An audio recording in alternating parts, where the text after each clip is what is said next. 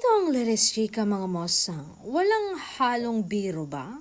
Totoo bang mahal mo siya? Totoo bang ang pinapakita mo sa kanya? Kasi nakakalito ang mga kilos mo. Yan ang hirit o naging tanong ng isang interviewer na idolong-idolo si Bel Mariano kay Donnie Pangilinan.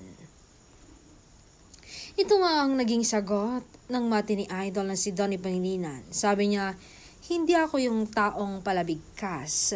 Hindi ako yung tipo na araw-araw mong maririnig yung I love you. Pero sa likod ng katahimikan ko, may isang pusong tapat na nagmamahal kay Bel. Tahimik man ako minsan, hindi ako demanding pero pangmatagalan ang intensyon ko. Tahimik man ako pero seryoso ako kay Bel. Walang halong biro, walang halong takot. Siya lang talaga.